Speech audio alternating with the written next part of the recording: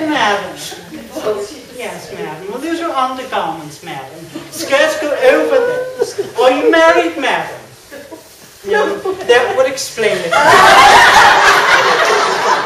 Now, as I was saying, well, Mr. Burns, I'm a gentleman, I'm a widower.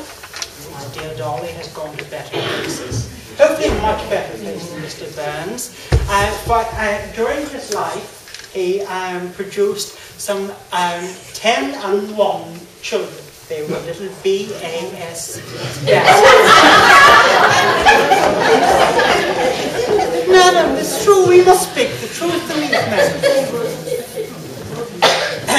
Now, Robert Burns was born in Ireland.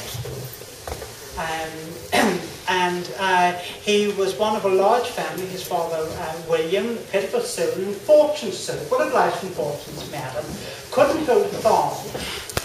Went among Earlgarth and made a disaster there, and ended up working Robert as the chief labourer.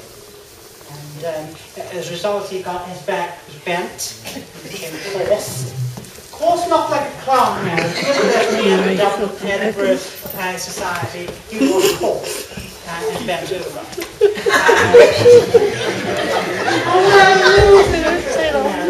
Why do you find this trouble?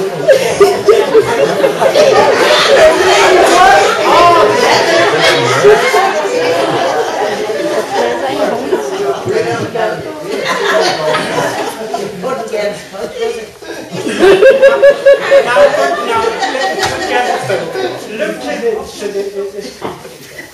What I talk about Father Burns, look to this company. They do not appreciate the genius of Father Burns. Well, he sparked the romanticism, which is all the rage in poetry this day and age, where they get melancholy, they do funny things, but because they're geniuses, we forgive them for it. He did bring back the culture of the Scots.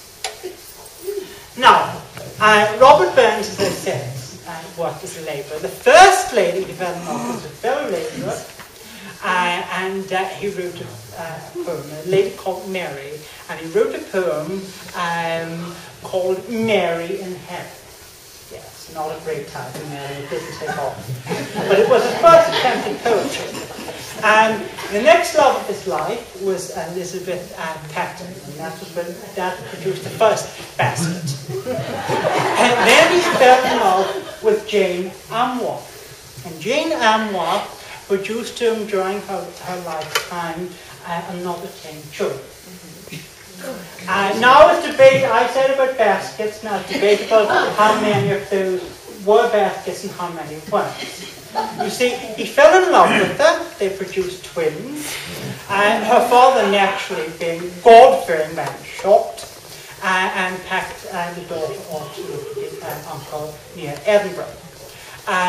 But Robert then produced a certificate of marriage.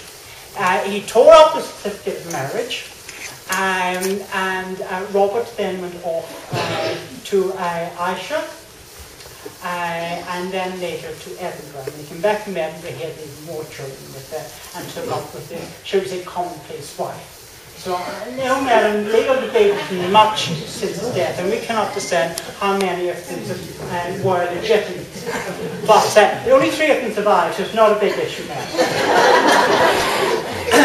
Now, his next step of his life, after leaving Jane Amoir, he decided he was going to go to Jamaica.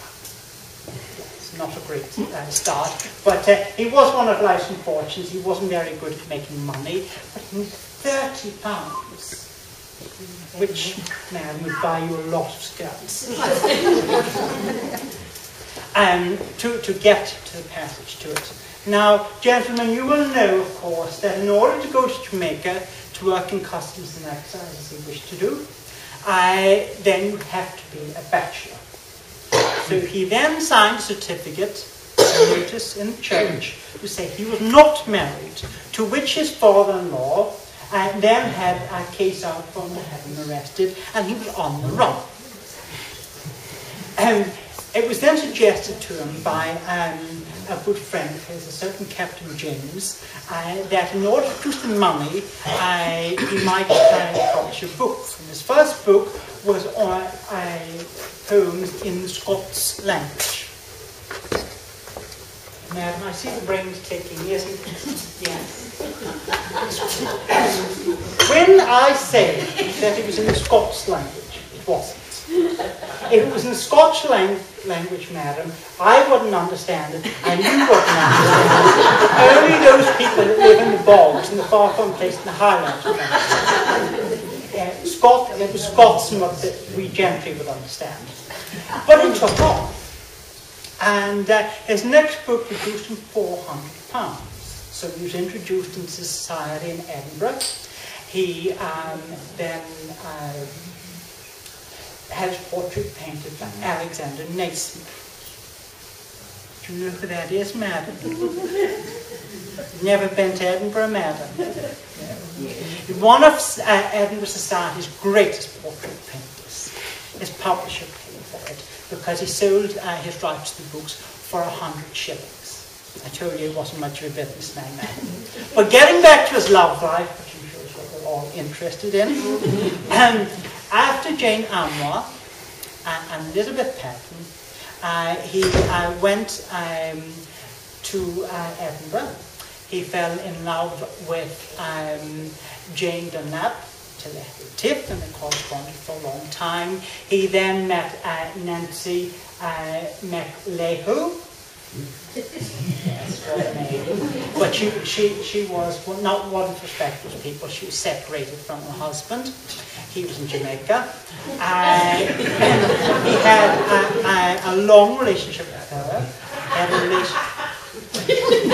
Why, madam?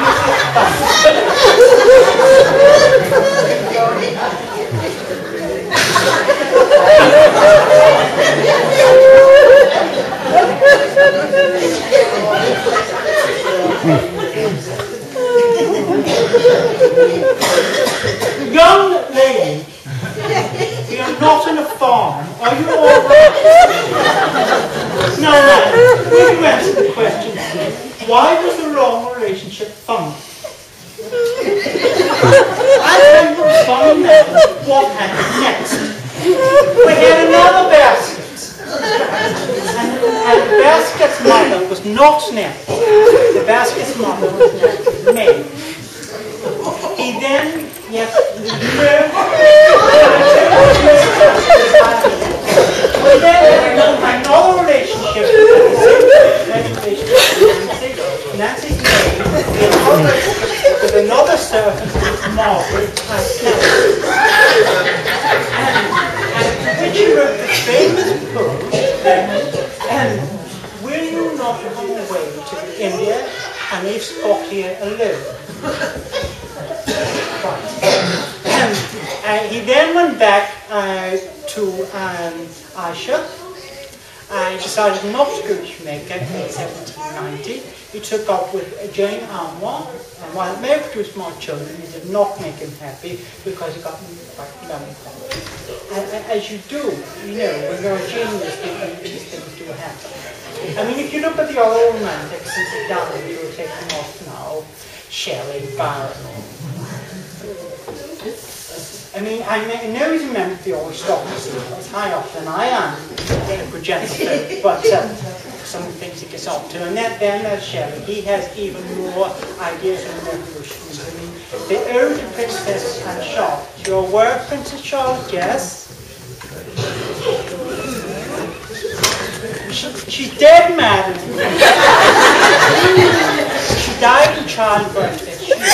Because she is to Prince George, there was no successor to the monarchy because her son died with her. It's tragedy, madam. Not according to Shelley. He thinks it's a reason to get rid of the monarchy.